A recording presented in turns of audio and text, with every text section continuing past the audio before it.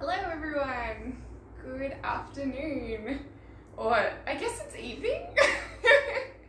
Happy Friday. I hope you're all enjoying your day and you're pumped for the weekend. I think I say that every week, but it's exciting every week. So today is going to be something a little bit different. So I am going to be just talking you through a new project that I'm going to start working on, and I thought it would be nice to just step you all through it before I start, just because it's I guess an unusual project, or not unusual, it's just a big scale project. So if you're doing art in your own time, it's nice to know how you can go about starting something like that, because it's kind of daunting. So I have a cup of tea and I'm just going to chat to you all for a little while, and I would love if anyone has questions as I go, please ask them. I would say that today probably won't go for the half hour like it usually does, mostly because I'm not sure if I have enough to talk about for half an hour, but we're going to find out. I'm just going to refresh my computer, which is sitting next to me, and then we will get into it. Give me a couple of seconds while it loads, just because comments are still giving me issues, so this is the solution so far. Okay, so I guess I should start by giving you all a little bit of background on the project. So we're going to be doing, or I'm going to be doing a new painting for Youth Space, which is going to be a big painting of our Youth Governance Committee for our new space when it opens, so a bit of a celebratory painting, which I'm very excited about. The reason why I haven't started it and I'm not doing it right now is because it's just not quite ready yet. So I guess that kind of comes down to some of the preparation stuff that we're going to talk about, but just to start, the canvas that I'm going to be using is quite large, which is why this project is a bit unusual and why it takes a bit more preparation. So this is it here. As you can see, it is bigger than me. And I have 3 of those. So to just sort of start in terms of figuring out what I want to do and how I want to get the image onto the canvas itself, I guess there's a couple of steps that I want to be working through. So because the canvas is really big and because canvases can be really expensive, I like to do a bit of prep beforehand. So that involves sketching out the image that I want to use and getting reference images together.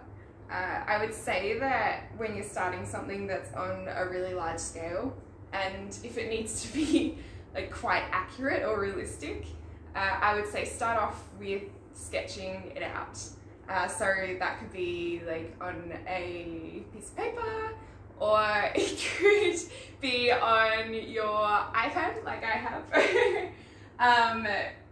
I like to use this for sketching things, and I have an Apple Pencil that just sort of, I guess, enhances the usability of this.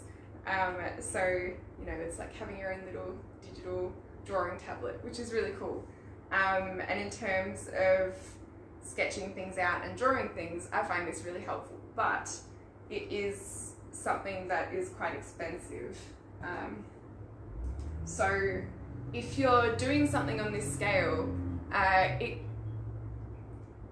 I would say that it's also very achievable just sketching it out on paper as well, because you can always, scan it in, or at least give yourself a bit of an idea of what you want the image to look like before you start putting anything on the canvas.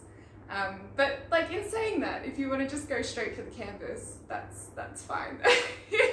Go for it, because it's very fun. So what sketching the image out allows me to do is just get an idea of what it's going to look like. It also allows me to get all the proportions right. before I start putting paint on anything. So it's just like that preparation stage, which gives me, I guess, a bit more peace of mind that when I'm putting it onto a canvas, it's going to look how I want it to look. I would say the easiest way to get a sketch that you've done onto canvas so you can then start painting it would be to use probably a projector. Which, you know, again, they're not exactly incredibly accessible, but projectors tend to be the easiest way to be able to sort of see what something's going to look like, and then you're actually able to use the lines that you get on the projector to start sketching it out on the canvas, and you know that based on the sketch you've done, it's going to look right. So when you do start painting, it's going to look exactly how you want it to look. The other thing with this is that, I guess for this particular project, I'm going to be using 3 of these, and because they're not already connected, I will need to be able to see what they're all going to look like at once, or at least be able to kind of plan it out across 3 large surface areas. So a projector is really, really helpful for that as well. Just thinking what the next kind of steps would be.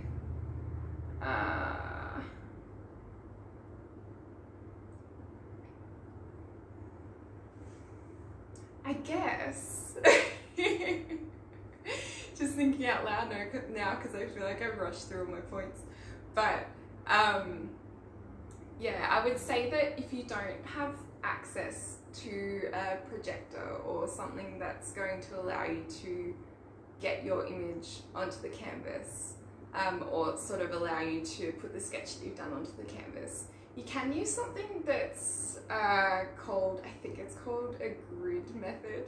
So you draw a grid on top of the sketch that you've done, and then you can draw the same kind of grid onto the canvas, and you can almost like fill in each little part of the squares, which sounds like a lot of effort, but it helps in terms of just getting proportions right with the image and making sure that the sketch you've done is going to sort of translate well onto a bigger surface area.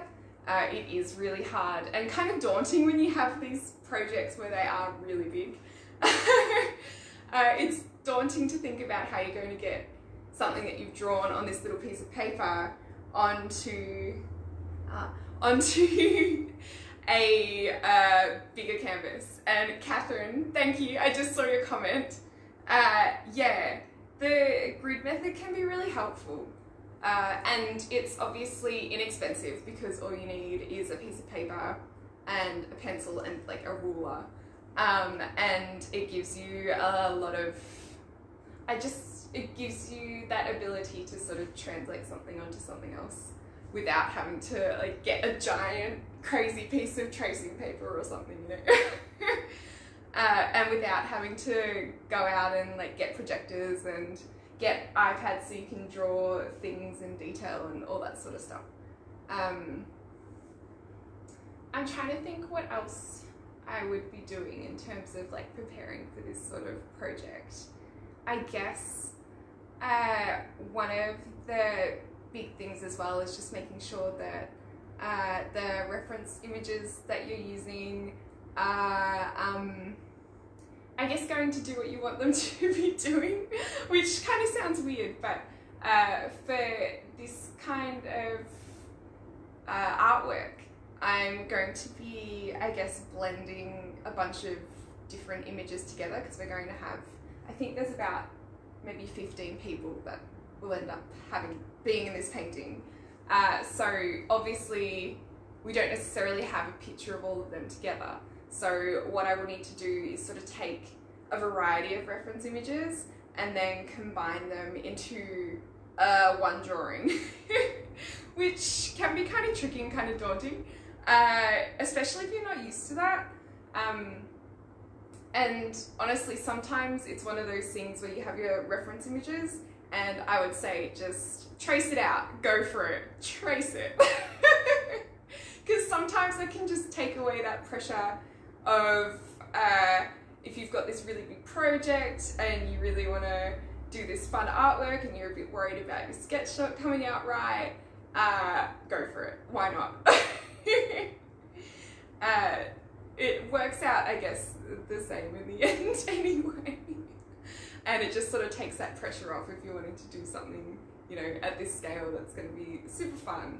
Because painting on these big canvases is really fun. And, you know, everyone should just give it a go. Trying to think of other things. I have a little list next to me. If anyone has any questions, please fire away, because I'm happy to answer anything or any questions that you may have. I think that's most of it in terms of the process. Let's see.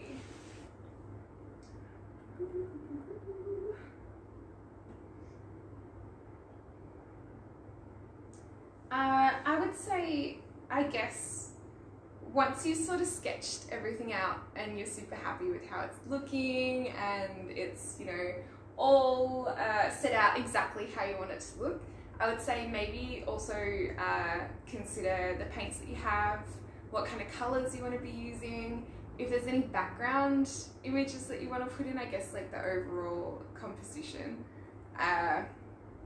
Sometimes that can be really hard. I know that I struggle a fair bit with putting in background images. I just like to draw the subject matter. And I hate doing backgrounds and foregrounds and things. But you can also plan for that in any pre-sketching that you do and sort of block out those areas on your canvas as well as you're starting to paint. And I will sort of do a bit of a disclaimer that this is not necessarily the best or only way to do this. So I guess it just depends what you prefer. And at the end of the day, if you just want to grab a canvas and start drawing on it, why not? That is also incredibly fun. But yeah, I think that is about it in terms of what I wanted to discuss for planning out a bigger drawing like this or a bigger painting. Next week I will be back to painting as usual. Can probably do a bit of a progress shot, I guess. Move this out of the way. Although you might not be able to see it really. Let's see. Might have to tilt you up a little bit.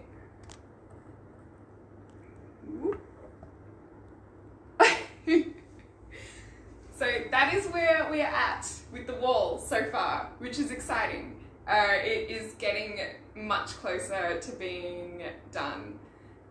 So I will keep working on this part next week. And then after that, I think what we're going to do is alternate. So I will actually start on doing the canvas, and you'll be able to see how that painting progresses as it goes sort of over time. And I'll be able to talk in a bit more detail about what I'm doing and how everything's working. And I'll be able to sort of show you how that works instead of just sort of telling you, which, yeah, I find a bit more helpful personally, being able to see how everything's working. So yeah, that is it for me this evening. It's a short one today, but I hope everyone enjoys their weekends, and I will see you all next week. Thank you for joining. Bye.